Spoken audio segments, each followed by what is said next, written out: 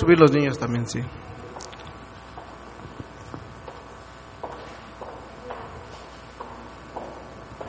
Versículos 5 y 6, ya mi hermano Miguel lo leyó, nada más vamos a leer el versículo 5 y 6 de Mateo 28, ¿ok?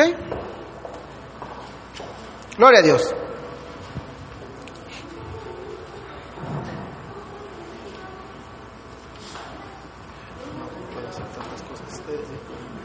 Amén, gloria a Dios.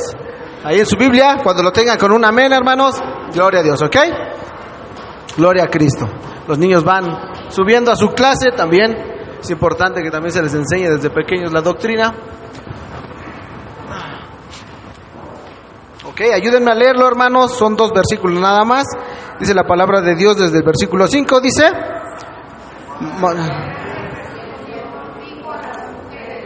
no temáis vosotras, porque yo sé que buscáis a Jesús, el que fue crucificado.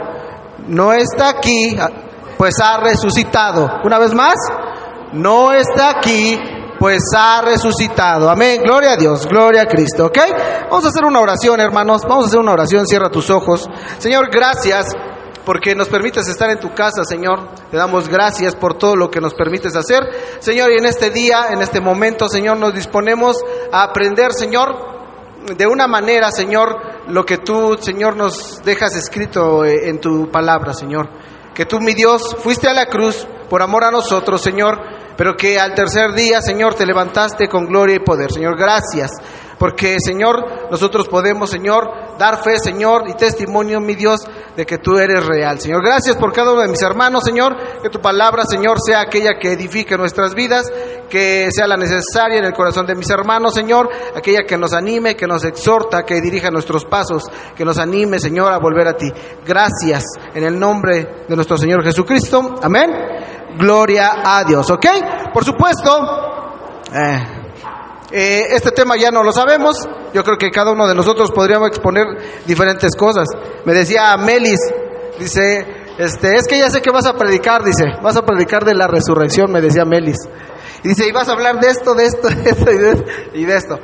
Y ella ni siquiera sabía lo que iba a hablar, los puntos, pero en esencia es el mensaje que cada año se transmite, la resurrección. Ahora, yo tengo una opinión diferente. No es cierto que toda la gente celebra hoy la resurrección. El día viernes, cuando se crucifica nuestro Señor Jesucristo, ¿qué hacen? ¿No hay procesiones por todos lados? Toda la gente anda haciendo procesiones. Y nos paramos muchos a las orillas y vemos ahí cómo le están pegando a Jesús y qué están haciendo.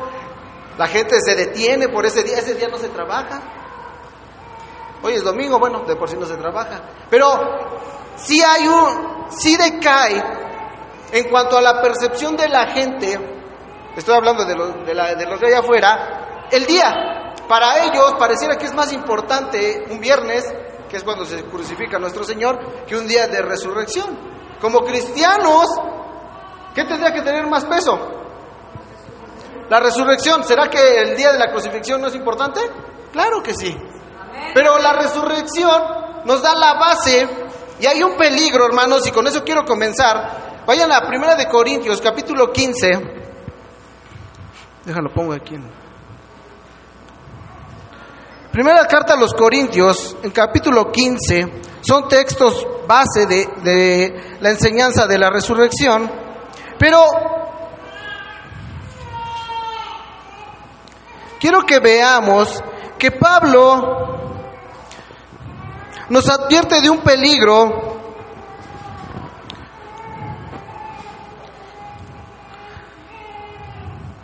inminente, especialmente se puede ser más real en estos tiempos, hermano. Primera de carta a los Corintios, en su capítulo 15, desde el versículo 12, dice la palabra de Dios de esta manera.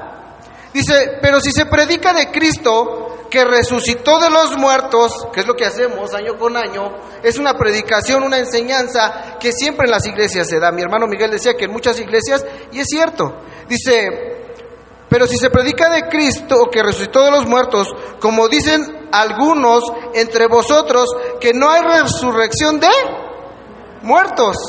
Dentro de la iglesia de Corintios y dentro de las iglesias habrá personas, hermano, parece esto increíble, pero hay dentro de nosotros infiltrados personas que no creen esto. Que no creemos que nuestro Señor Jesucristo fue a la cruz, pero que se levantó al tercer día con gloria y poder. Porque esto que está hablando Pablo, aquí se lo está diciendo, hermanos, a la iglesia de Corintio, a los que se congregaban ahí. No le está hablando a los de allá afuera. Los de allá afuera, yo venía caminando, me vine caminando y en el tianguis tú ves la gente chachareando, buscando qué comer. Ellos en su vida, hermanos. Y nosotros veníamos a la iglesia porque es un día especial de adoración por lo que sucedió en este día. ¿Ok? ¿Amén? Gloria a Dios. ¿Ok?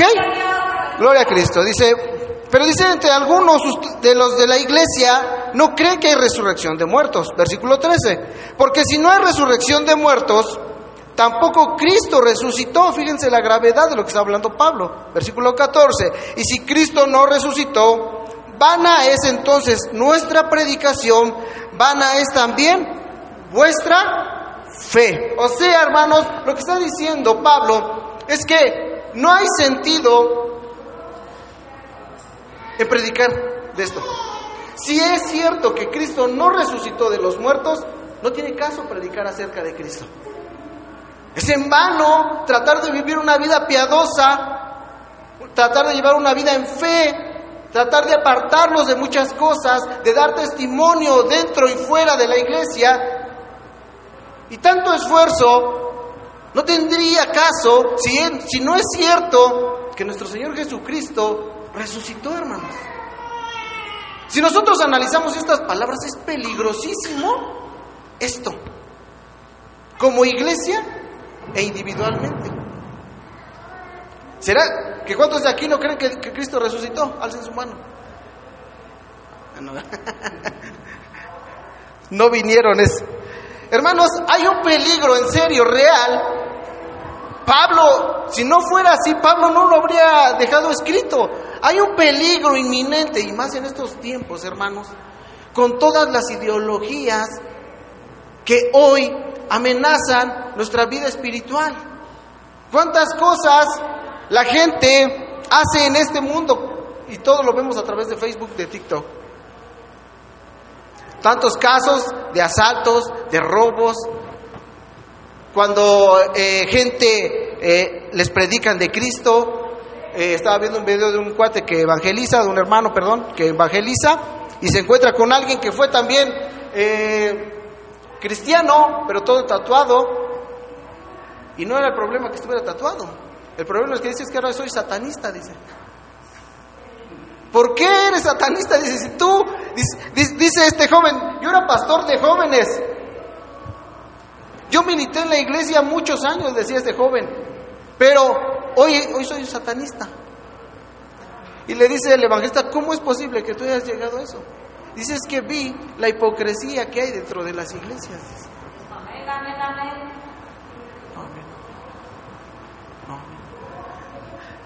Hermanos, el peligro es inminente. Pablo habla de algo que es real. Si Cristo no resucitó, en vano estamos siguiendo este camino. La pregunta es, ¿cuántos realmente no creemos eso y vivimos como si fuera real en nuestras vidas?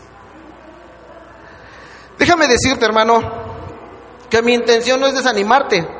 Déjame decirte que Pablo únicamente toma lo que Pablo dice y nos hace ver que hay un peligro inminente en cuanto a esto. Es tan importante la resurrección que es una parte fundamental de nuestra teología y de nuestra enseñanza. Si esto no es real, ¿para qué seguir adelante? ¿Tú seguirías a alguien? O por ejemplo, voy a ponerlo de esta manera. Hermanas, ¿cuántas veces su marido les ha dicho, ahora sí, la otra semana cambio el foco? Ahora sí, la otra semana te voy a llevar a comer. ¿Cuánto tiempo llevan esperando eso, hermanas?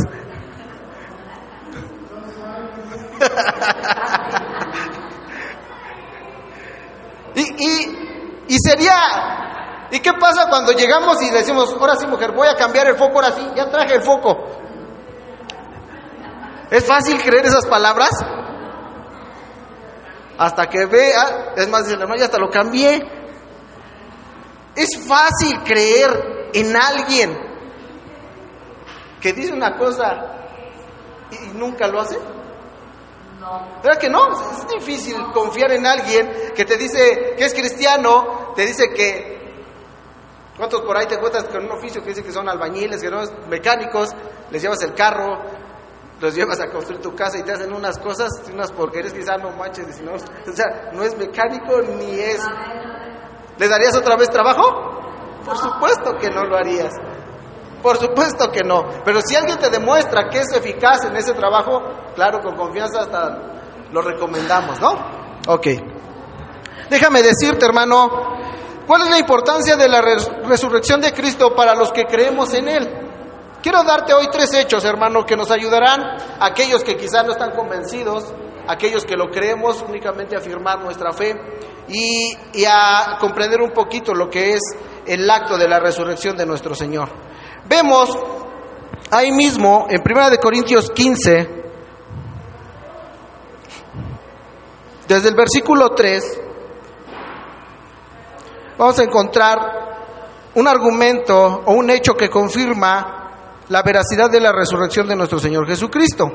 Dice 1 Corintios 15:3, dice, porque primeramente os he enseñado lo que asimismo recibí, que Cristo murió por nuestros pecados.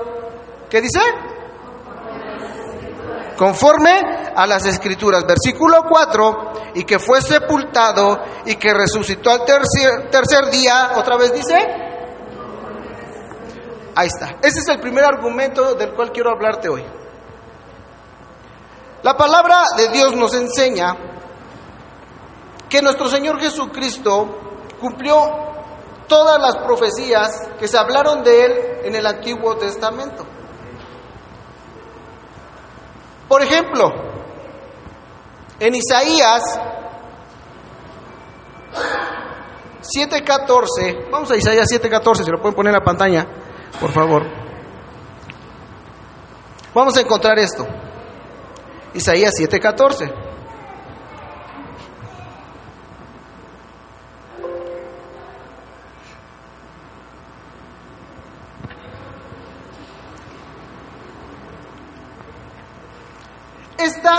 Esto es algo que dice, léelo ahora, porfa. Por tanto, el Señor mismo os dará señal.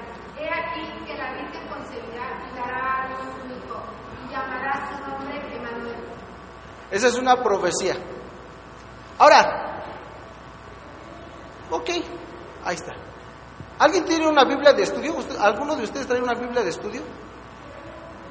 Muchas Biblias de estudio traen la fecha en el cual se escribió ese libro. No sé si me pueden decir algunos de ustedes, Isaías, ¿en qué tiempo fue escrito? Búsquenlo, googleenlo. Ahí los que traen Biblia. Sí, tengo aquí. Por ahí a ver si me pueden dar ese dato. ¿En qué año fue escrito el libro de Isaías? ¿Perdón, hermano? 740 años antes de Cristo.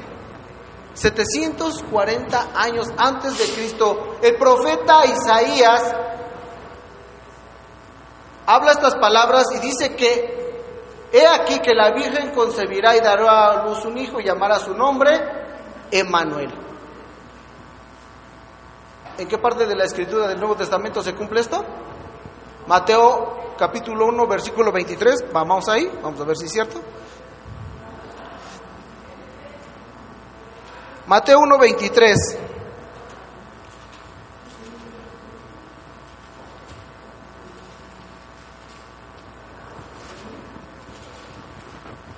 Dice: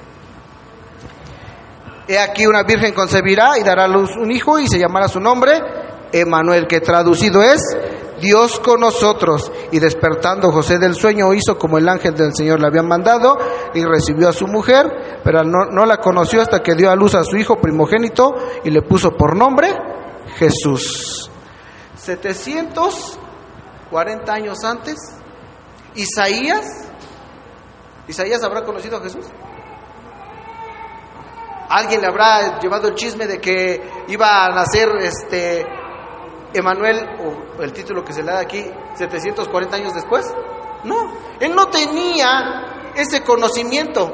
Y 740 años antes se profetiza que nuestro Señor Jesucristo iba a nacer y que se le iba a poner por título Emanuel, que es Dios con nosotros. Ok.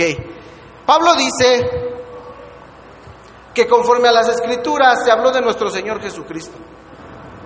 Las Escrituras tienen un peso importante en la vida cristiana y en lo que Jesús habla y que es una realidad. Por ejemplo, si nosotros podemos creer que un hombre que no tuvo nada que ver con nuestro Señor Jesucristo, que no lo conoció en persona y que 740 años antes, a través del Espíritu Santo, profetiza que iba a nacer el Salvador en cierto tiempo y que sería concebido a través de una virgen y que tendría no solamente algo que le da poder, algo que le da realidad, veracidad a una profecía, es que se cumple.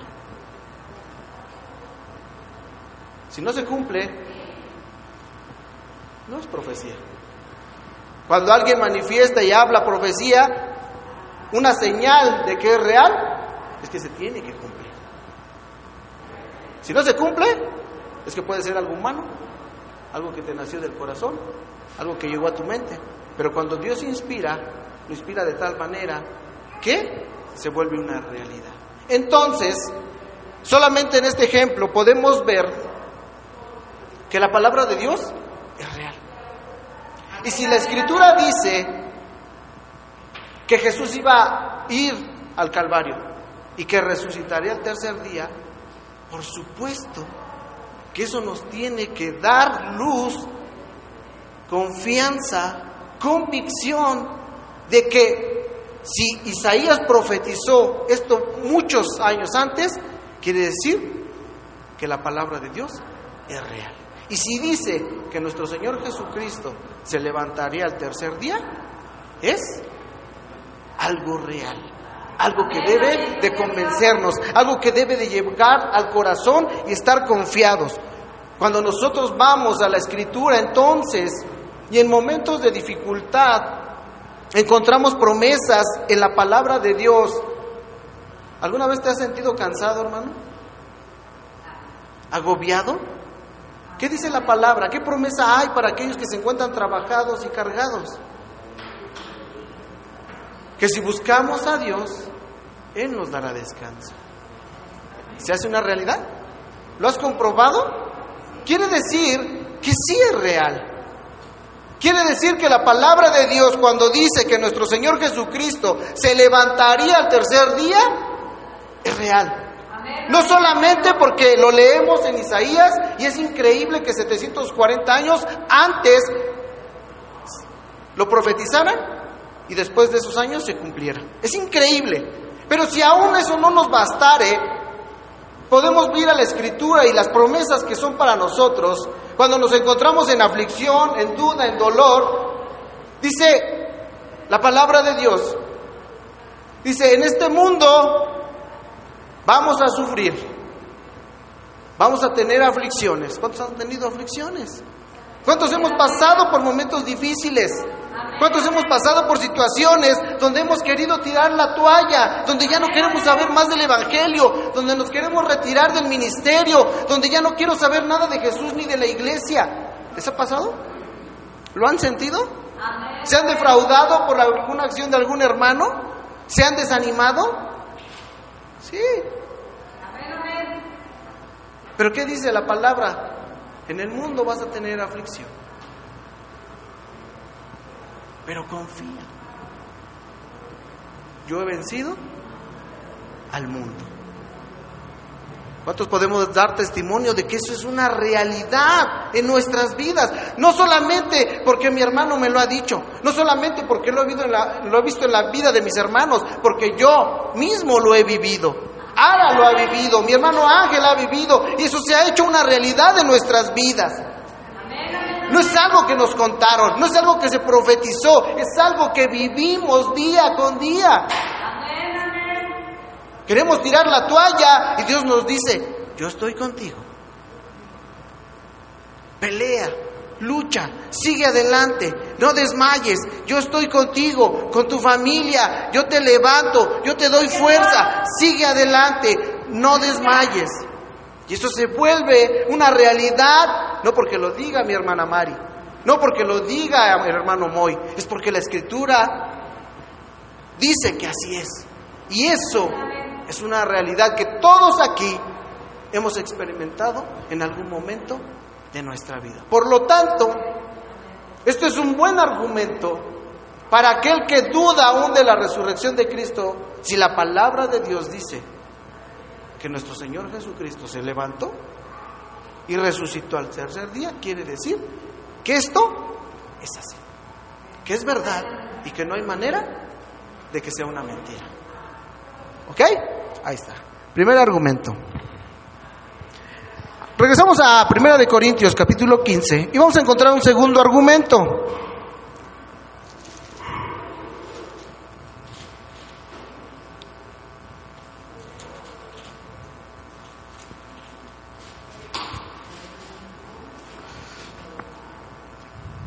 Leímos el versículo 3, el versículo 4. Versículo 5 dice: y que apareció a Cefas, después a los 12, después apareció a más de 500 hermanos a la vez, de los cuales muchos viven aún y otros ya duermen. Después apareció a Jacobo, después a todos los apóstoles, y al último de todos, como a un abortivo, me apareció a mí. Porque yo soy el más pequeño de los apóstoles, que no soy digno de ser llamado apóstol, porque perseguí a la iglesia de Dios. ¿Ok? Segundo argumento, ya vimos que la Escritura es real. Lo que habla se cumple, y eso le da veracidad y verdad. El segundo argumento que encontramos, y lo que prueba la resurrección, es, dice Pablo, que apareció a Cefas. ¿Quién era Cefas, hermanos? No es común conocerlo por ese nombre. Y yo sé que sí. ¿Se acuerdan de aquel que negó a Cristo? ¿Cómo se llamaba? Es más común conocerlo como Pedro. Ah, pues el mismo, Cefas, es lo mismo. ¿Ok? Entonces quiere decir, ya hacemos la traducción, que apareció a Pedro, y después a los 12, y después apareció a más de 500 hermanos a la vez, de los cuales, y apareció a Jacobo y a Pablo también. ¿Ok? Un segundo argumento, hermanos, lo vamos a encontrar de esta manera. ¿Quién era Cefas? Pedro. Ahí está, ya quedó claro. ¿Va? Ahora, ¿qué podemos hablar de Pedro? Vamos a decir que se congregue aquí, que Pedro se congregaba aquí. Podríamos decir de Pedro. ¿Era qué, perdón? Era del vulgo, no sabía leer, no sabía escribir, era pescador, trabajaba. ¿Cómo? Muy arrebatado, ¿no? Tenía características no muy cristianas, podríamos decirlo. ¿Quién era Pablo, hermana? Él mismo lo describe algo de lo que hizo.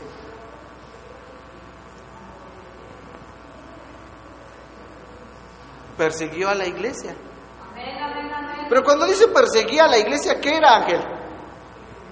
Los mataban. No era como que los iba correteando por la calle y a ver hasta dónde se cansaban. No, o sea, iba con gente armada, entraba a las casas de los cristianos.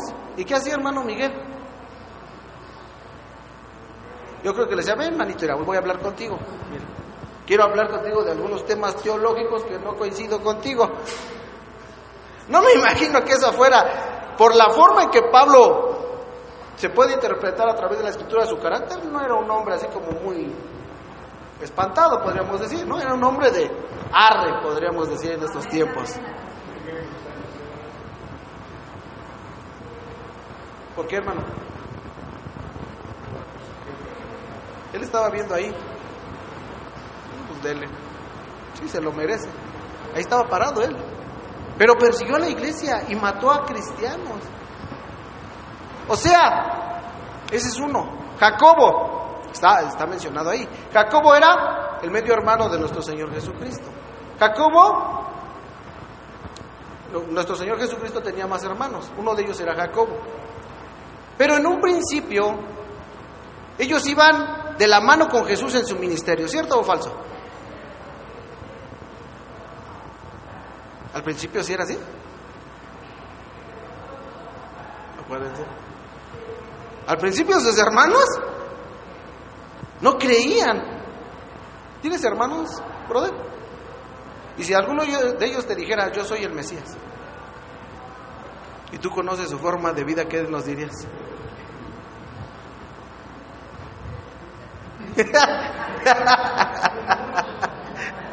Digo, pues yo creo que es más que anda marihuano porque no creo que sea el Mesías. Bueno, pues nuestro Señor Jesucristo tenía hermanos y ellos en un principio no creían que Jesús era el Mesías, ¿cierto o no? Ellos no creían y no compartían esas ideas. No, está loco, es mi carnal, pero está loco, o sea, no puede ser. Claro, algo tuvo que suceder en la vida de Pedro. Algo sucedió en la vida de Pablo, un asesino de cristianos. Algo sucedió en la vida de Jacobo para poder creer que realmente su hermano era el Mesías del cual hablaba la Escritura. ¿Qué tuvo que suceder, hermano? Ellos fueron testigos y vieron la resurrección de Jesús. Algo que cambió la vida de estos hombres, hermanos, fue que ellos pudieron constatar con sus ojos, presenciar con su vida que Jesús se les manifestó. Un hombre violento, un hombre del vulgo, un asesino de cristianos, un hombre que no creía en su hermano, tienen un cambio radical, y un Jacobo, medio hermano de nuestro Señor Jesucristo, llega a ser el principal y más alto en la iglesia de Jerusalén. Un Pablo que, siendo asesino de cristianos, ahora testifica de un Cristo al cual se encontró camino a Damasco. En Hechos capítulo 9 le dicen: ¿por qué me persigues? Un Pedro que en algún momento vio camino a la tumba y pudo constatar que el cuerpo de Jesús no estaba en la tumba estaba vacía. Y no solamente se quedó con eso, sino que el Señor Jesús se le apareció y pudo constatar que nuestro Señor Jesús había resucitado. Y eso tuvo un efecto en la vida de estos hombres que cambió radicalmente sus vidas. Aún Pablo, con ese historial de asesino de cristianos, dice que cuando se acerca a los primeros cristianos, a los apóstoles, no le creían, decían, no manches, quién sabe, ¿no? ¿Qué tal si por ahí nos hace un 4 y ahorita nos asesina? Imagínense un Pablo sentado aquí, yo creo que estaría solito ahí, las sillas, todos ahí alrededor. Entonces, pues es lo que sería normal, ¿no? O sea, he escuchado que este hombre ha matado cristianos, que no tiene temor de nada. Y llega un momento en sus vidas, hay un suceso tan grande como para cambiar su forma de pensar y sentir. Algo sucedió, hermanos. Un cambio tan radical no se da de la noche a la mañana, y en ellos efectúa un proceso diferente, hablando de tiempo, pero que al final se cumple y llegan a ser testigos de nuestro Señor Jesucristo. Ahora, los que estamos aquí, hermanos, quizá no hemos llegado a esa grandeza, quizá no hemos alcanzado un testimonio tan grande o a tanta gente, pero un hecho real en la vida de cada uno de nosotros es que hemos tenido cambios en nuestra vida. No somos perfectos, nos seguimos equivocando, aún de repente se nos chispotea y hacemos cosas que sabemos que no le agradan a Cristo. Pero el cambio ya ha comenzado. El cambio ha sido radical. ¿Cuántos cristianos dan testimonio de haber sido alcohólicos, mujeriegos, jugadores? Y el cambio es radical. ¿Cómo es posible que un hombre con ciertas manías, vicios, ahora pueda hablar de un Cristo resucitado? Yo tuve muchos amigos y aún conservo algunos del mundo.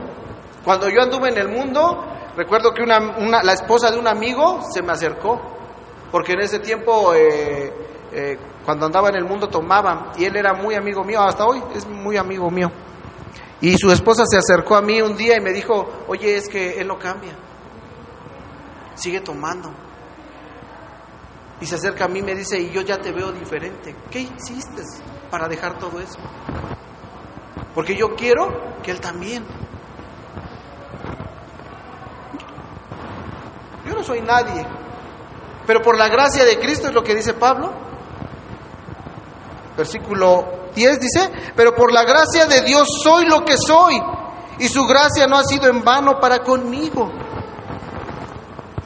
Todos aquí, los que estamos aquí, tenemos defectos. Hay unos bien feos.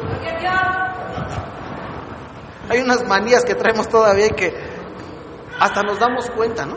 Sabemos, dices, eso no está chido. O sea, que yo sea de esa manera, que hable de esta manera, que piense de esta manera, que actúe en la iglesia o allá afuera de esta manera, no está bien. No es bueno para mí, ni para mi esposa, ni para mis hijos. Pero a veces cuesta. Pero yo puedo asegurarte, y sin conocerlos a todos, puedo asegurarte que hay cambios que Dios ha comenzado en tu vida. Y que hay muchas cosas que has abandonado por amor a Cristo. Hay muchas cosas que has dejado. Hay cosas con las que batallas. Hay cosas que te cuestan. Hay cosas que aún no has dejado. Pero el proceso ya comenzó en nosotros. Ya estamos en el camino. Lo único que tenemos que hacer es seguir adelante, no salirnos. Y entonces en algún momento Dios hará la obra. Se completará todo. ¿Cuántos ejemplos hay en la Biblia de gente que esperó muchos años por un cambio radical? Y se mantuvieron, y dudaron, y cometieron errores, pero aún así se mantuvieron en ese camino, y llegó un momento en donde Dios tuvo misericordia y quitó ese estorbo. Cambió radicalmente la vida. Esto es lo que sucedió. Esto es un segundo argumento para la resurrección de nuestro Señor Jesucristo. Cuando la resurrección de Cristo se hace verdad y realidad de nuestras vidas, hay un cambio radical en nosotros. Prueba de ello es Pedro, Jacobo, los 12, Pablo mismo. Hubo un cambio radical en sus vidas. ¿Por qué? Porque ellos pudieron hacer una realidad la resurrección de Cristo en sus vidas. Y cuando eso sucede, hermanos, hay un cambio radical en el ser humano. Amén. Gloria a Dios. Ahí está nuestro segundo argumento. Un tercer argumento, y por último, en 1 de Pedro, capítulo 1, versículos de 3 al 9.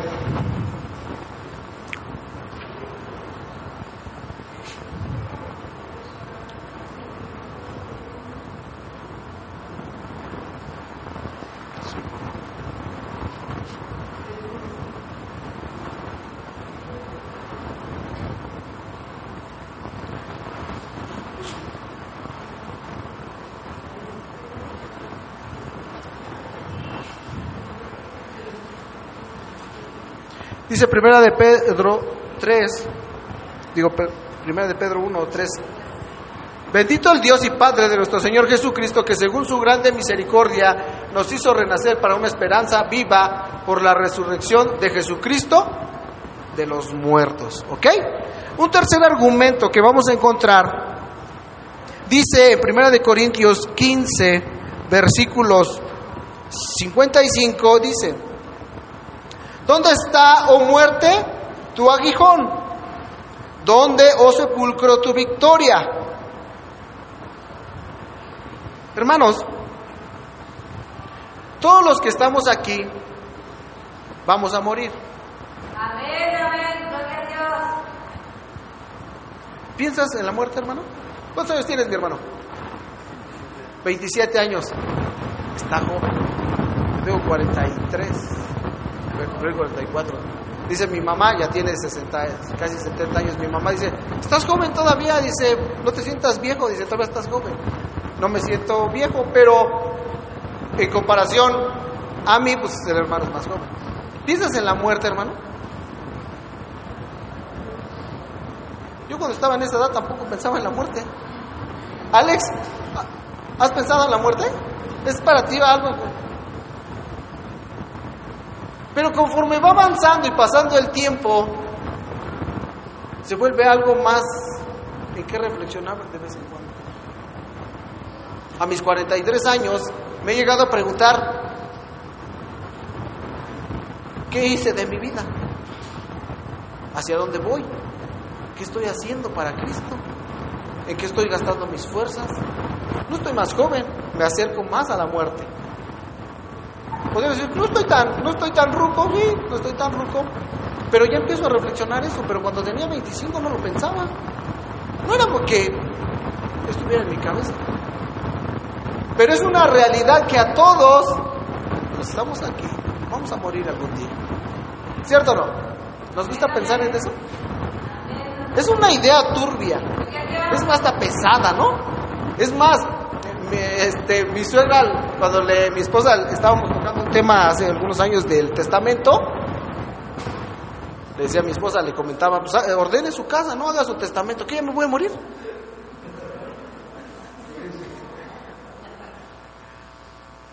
Y no es que se vaya a morir, simplemente es poner en orden las cosas terrenales. Pero su primer argumento fue que ya me voy a morir. Hermanos, la muerte es algo en lo que no nos gusta pensar. ¿Por qué? Porque no sabemos el tiempo. Primero, ¿no? No sabemos en qué tiempo nos vamos a morir. Claro que sí, nos gustaría que fueran después de muchos años. Otro argumento en contra sería, ¿cómo vamos a morir? ¿No será agradable estar internado en un hospital medio año, 3 meses, sufriendo algún dolor terrible, agonizando y que en un momento fallezcas? No es la manera en que me gustaría morir, pero es una realidad. El día jueves, el día viernes no trabajamos, el día jueves la hija del patrón va con su novio en la moto, va sobre el peñón, se le ocurre atravesarse en el carril del Mexibus, meterse, pasa el Mexibus, se los lleva.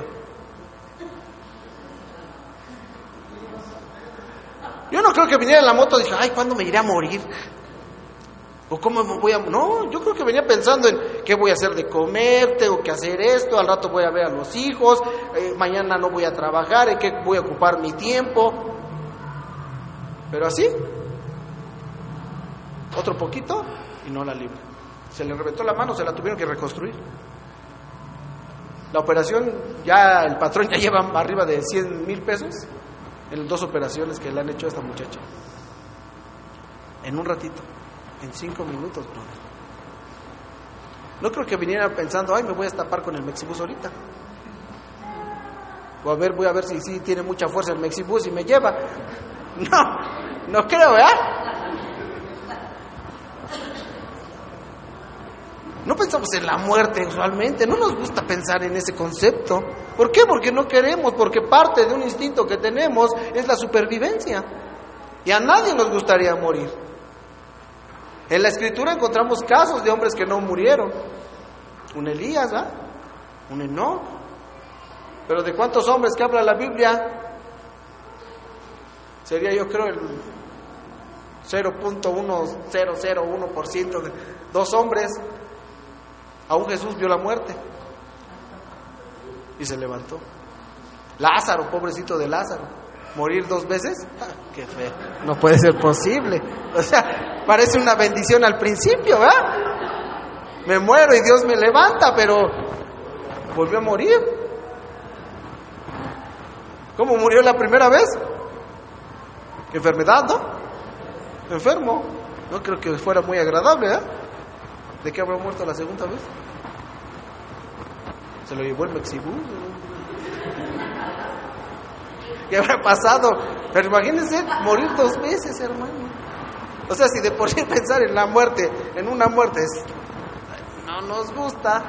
O imagínate 2 veces, no puede ser posible. Eso ya se volvió castigo, karma, lo que tú quieras. No puede ser posible. Pero va en contra de nuestra naturaleza pensar en la muerte. No nos gusta, es algo que en el cual no perderíamos mucho tiempo de nuestra vida pensando en la muerte. Pero es algo inevitable, hermanos. Tarde que temprano. Joven, medio joven, o ya más mayor. Pero de que vamos a morir, vamos a morir. ¿Es trágica una muerte? Sí, claro. Depende de las condiciones que se den. Pero un argumento que nos da Pedro, ponlo por favor, primera de Pedro, es que nos debe de dar seguridad. Tenemos una herencia celestial asegurada. Para una herencia incorruptible, incontaminada e inmarcesible, reservada en los cielos para nosotros. ¿Todo esto por qué? Porque Cristo venció a la muerte. Y si Cristo venció a la muerte, nosotros también tenemos esa victoria asegurada, hermanos. Puede que un día muéramos, pero hay certeza de que un día nos levantaremos, de que Dios nos volverá a la vida para estar con Él, para vivir con Él. Y hay promesas tan grandes de Dios. Dice que aunque sufrimos en este mundo, dice Apocalipsis 21, un día Él enjuagará toda lágrima. Y entonces ya no habrá dolor, ya no habrá angustia. Dios se encargará de darnos lo que nunca pudimos encontrar en este mundo. Esa felicidad que muchas veces se vio turbada, incluso aún por la muerte, hermanos. Así que cada uno de nosotros tenemos 2 opciones. Cada uno de nosotros podemos vivir de 2 maneras. Una, sin creer que Jesucristo resucitó, que fue un profeta, que fue un hombre, sin darle veracidad a la Escritura, sin darnos cuenta de los cambios que ha hecho en nosotros, y podemos vivir de esa manera. O la segunda, apegados a lo que dice la Escritura, en lo que se ha expuesto en esta mañana, que Jesucristo resucitó y que nos da la seguridad de que un día estaremos con Él. Hay una herencia asegurada para ti, para mí, hermano. Puede que veamos la muerte, pero no la muerte segunda, aquella que ninguno de nosotros desea. Puede que este cuerpo muera un día, por el desgaste, por el cansancio, porque es natural. Esa es la forma en que el hombre fue creado. Así, un día nace y un día tiene que morir. Pero ¿qué diferencia puede hacer la resurrección en la vida de alguien que muere con Cristo y alguien que muere sin Cristo? La diferencia es abismal y grande, hermanos. Depende de nosotros. ¿Qué tan real se haga la resurrección de Cristo en nuestras vidas? Es una opción que Dios nos da. Así que vamos a ponernos de pie, hermano.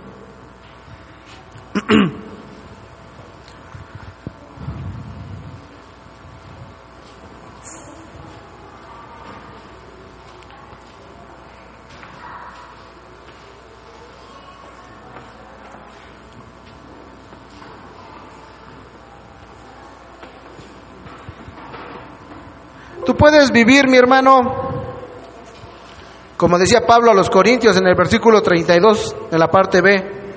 Dice, si los muertos no resucitan, comamos y bebamos, que mañana moriremos. Y sí, algunos sí lo hemos llevado a cabo. Pero hay una seguridad, hermanos. Estar con Cristo nos asegura que la Escritura es real, que lo que habla, que lo que dice acerca de nuestro Redentor es real. Que podemos ver ese poder glorioso de la resurrección en la vida de cada uno de nosotros. Cuando volteamos a ver a un hermano y cómo Dios lo levantó de ese sufrimiento tan grande que pasó, de ese dolor tan grande que pasó en su vida, y cómo Dios lo levantó con poder y que aún se mantiene buscando a Dios. Y que no ha importado lo que haya sucedido en su vida, aquí estamos, hermanos. Somos valientes, somos guerreros, no por nuestras propias fuerzas, pero porque Dios ha tenido misericordia y que en lo muy profundo de nuestro corazón hemos creído que Jesús se levantó de los muertos, resucitó, y nosotros creemos en eso y vivimos conforme a eso. Así que en esta mañana quiero que cerremos nuestros ojos. Vamos a orar a Dios.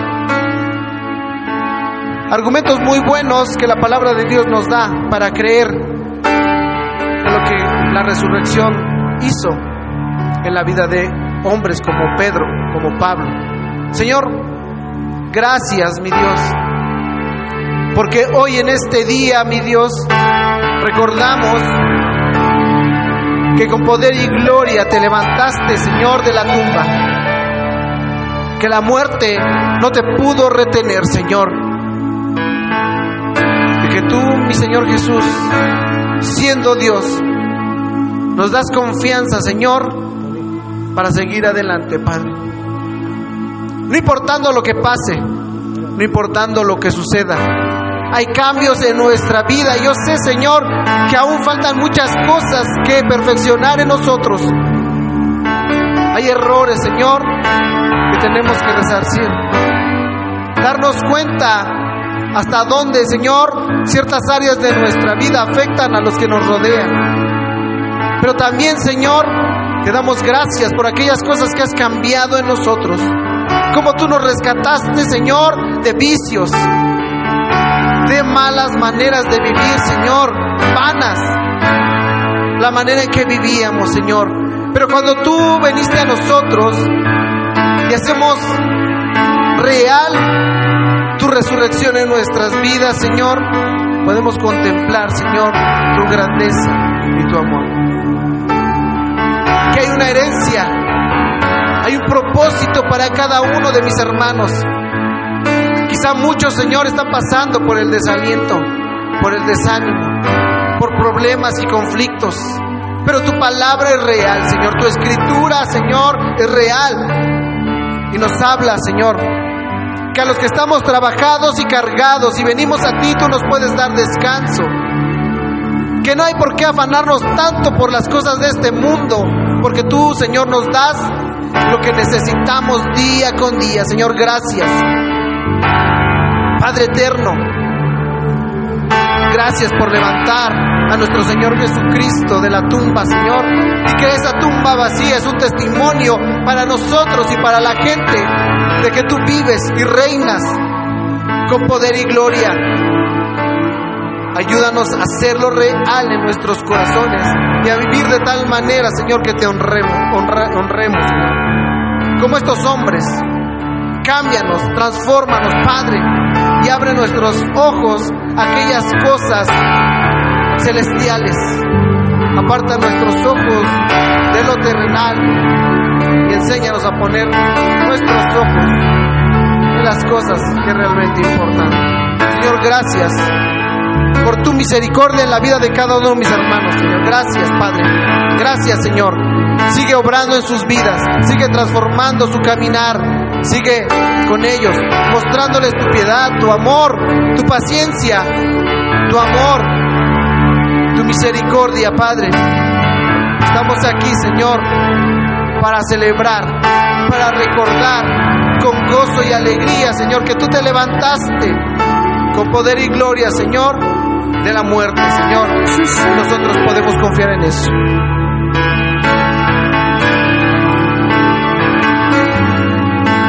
Y vamos a alabar al Señor.